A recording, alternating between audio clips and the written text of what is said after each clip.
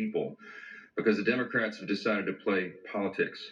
So Leader Thune and I wanted to come out and do two things today, just give you a brief update on where things stand with this Democrat shutdown, and then to reiterate once more, present the simple facts about what we're facing.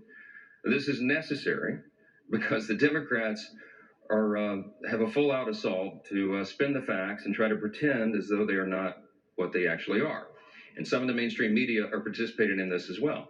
I was giving our leadership press conference yesterday, and in mid-sentence, I was cut off by one of the networks, CNN. I hope you'll stay with us for a few more moments, because what I was about to say before they went to try to my remarks was I was about to point a page and counsel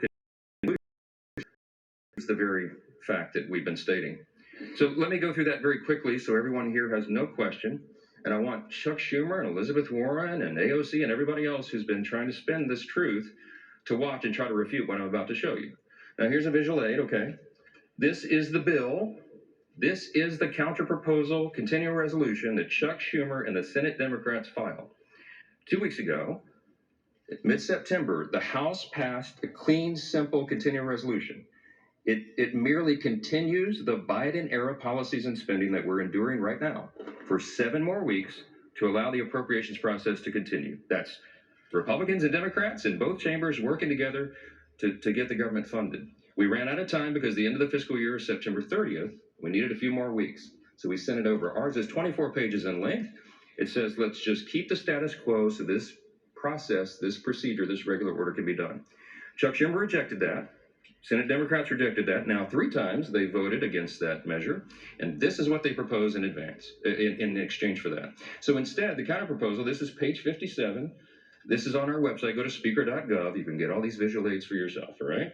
Page 57, section 2141. You see the highlighted language. There's a lot of legalese in this legislation, in these bills, but it says that they want to repeal the health subtitle changes. But what does that refer to? You read down here, Public Law 119-21. That's the one big beautiful bill. That's the American Families Tax Cut.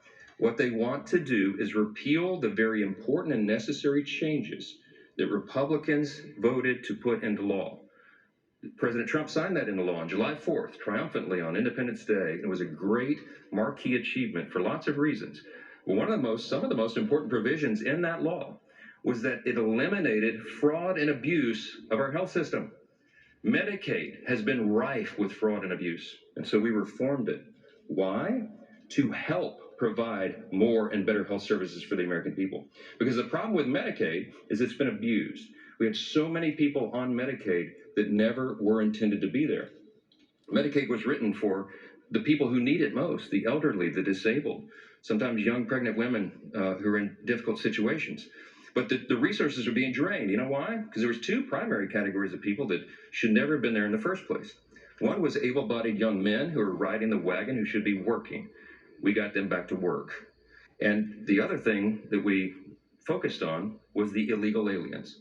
By the CBO's estimate, about 1.4 million illegal aliens were receiving Medicaid benefits that were intended only for U.S. citizens that met the categories I just described.